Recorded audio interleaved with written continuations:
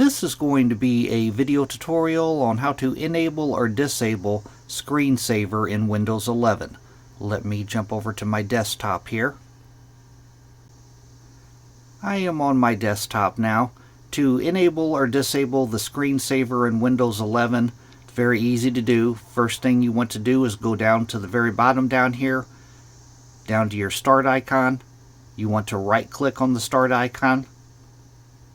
Then you want to go up to where it says Settings and click on Settings.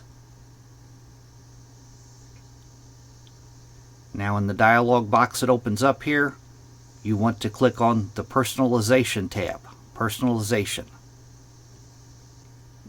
Then over here, you want to click on Lock Screen. Then toward the very bottom down here, you see Screensaver right here. You want to click on Screensaver. Another little dialog box will open up. And right here is your screensaver. By default, mine was set to none, but you could change that. Click the drop down here. You can choose none, 3D, blank, bubbles, Mystify. Gives you a pretty good variety. I'm going to click on Mystify. See, I want my screensaver to be on. And it gives you a little example right up here of what that looks like.